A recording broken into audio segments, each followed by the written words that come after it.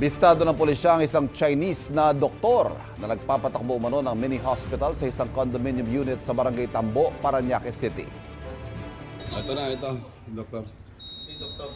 Pusasa na, okay na.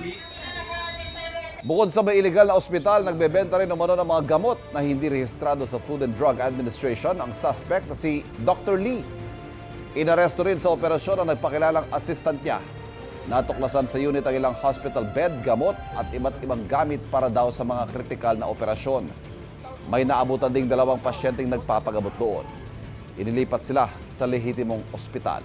Maharap ang nagpakilalang doktor at assistant sa mga reklamong paglabag sa FDA Act of 2009 at Medical Act of 1959. Hindi sila nagbigay ng pahayag. Tinitignan daw ng mga otoridad ang posibleng koneksyon ng illegal na ospital sa Pogo, lalo't mga Pogo worker ang mga dating nakatira sa naturang unit.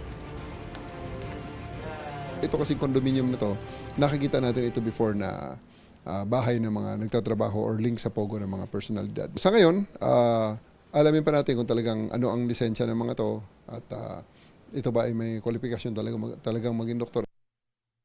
Kapuso, huwag magpapahuli sa latest news and updates. Mag-iuna ka sa balita at mag-subscribe sa YouTube channel ng GMA Integrated News.